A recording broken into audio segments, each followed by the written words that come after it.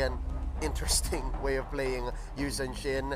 Here's a look back one more time at what happened today. We experienced our very first Game 3 between BTR and Impunity KH in an upset. Nanalo ang Impunity and followed by just a slew of sweeps. Just all the way from the second game up until this one. Are there any surprises, like, just for you guys today? Besides the first one, obviously. Well, Blacklist versus Impunity KH. We all saw how close game number 2 was against Blacklist International.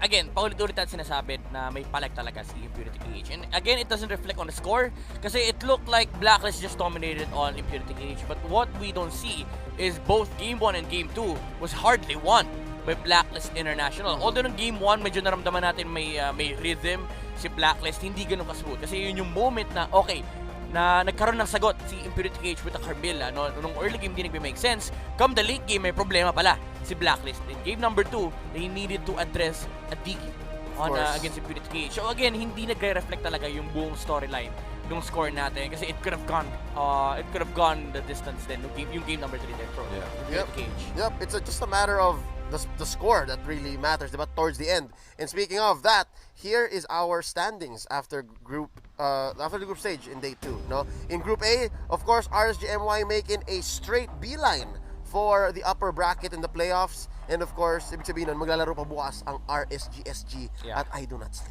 Hindi ko maintindihan yung score natin. Kahapon, tinanggal nila right minus wrong. Ngayon, binalik yung right minus wrong. Ano ba talaga, guys? I don't know. But what matters is the placement na lang eh. Second and third place. Kasi yan ang magde-decide kung sinong kalaban mo bukas para sa wasakan ng pangarap. Yep. And I feel like it's a close match between the teams from Group A and Group C. RSGSG and IDNS will be facing off against Bigatron Alpha and Nightmare Esports. Dikit na dikit yung laban na yan. But for me, I think Group A is a little stronger when it comes to overall teams. Pero I feel like if si Bigatron Alpha ay nakatapat kay IDNS, then posible mag-iibang kwento. Let's see. Here's Group B. Right now, EVOS Legends from Indonesia. Ang kampiyon ng kanilang MPL ay ang naging kampiyon din ng kanilang group phase dito, Group 1. Group B, Phase 1.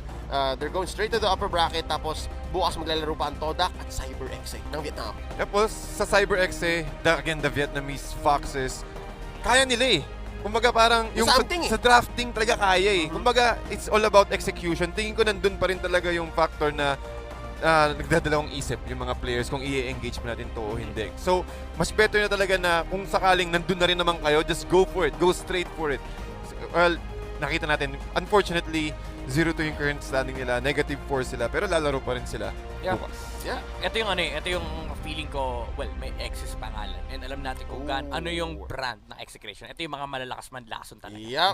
And again, how far sometimes your lason can go. Sometimes pwede ka pang maging grand finalist, maging MSC competitor. Yeah, but here in Group C, what we brandished as the group of death, we have Blacklist International going up into the upper bracket straight up. So makapagpahinga sila bukas, and of course following through at -1 and -3 respectively, Impunity KH from Cambodia and Bigatron Alpha from Indonesia. I have a question about Bigatron Alpha.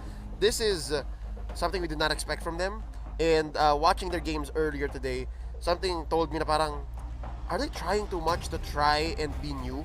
Kasi di ba nawala si Brands, pero hindi naman kailangan mag-shuffle ng ganyang kalala. Honestly, for me, I think it's just the factor na bago kasi yung jungler, and Max is not a jungler talaga by nature. He's a gold laner. Gold din siya eh. So ramdam yung difference nung wala si Brands. Kasi ang layo talaga. No? Let's be real, no? Ang layo ng level ni Brands talaga. Even amongst the top junglers, he's very high. He's held high in the country. Ang galing. So we'll see how they recover tomorrow. But yeah, last but not least, Group D. Siyempre, Execration.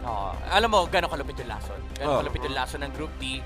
All three groups, from Group A to Group C, MPL champions. Dito lang sa group na to, binaba sa second place, yung MPL champion. Gano'ng kalakas yung lason natin. Yeah, Execration, of course. Completely confident.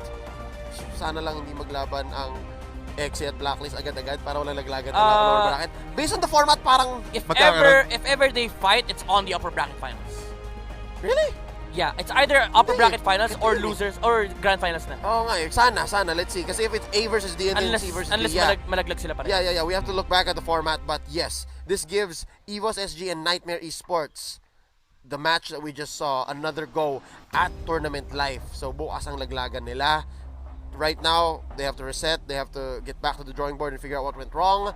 And ladies and gentlemen, that is the current standing. Hindi na importante kung ano pa nangyari kasi bukas ito ang ating mapapanood. The last day of the group stage, laglagan. RSG, SG versus BTR, followed by IDNS versus Impurity KH. This is sad. This is two non-MPL teams. Yeah. Maglalaban. Pero exciting to, Leo.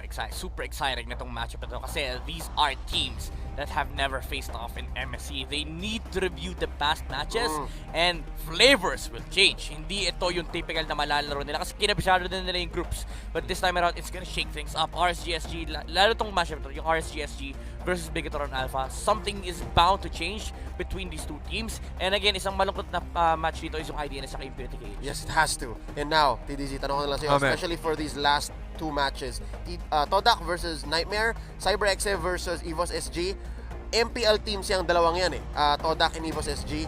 Sa tingin mo may malalason dito? Sa tingin mo ba non-MPL team will come up? Well, there's a big possibility kasi ang nagiging meter natin dyan is the amount of teams na nakakompete mo or nakakalaban mo sa isang area. So, Lason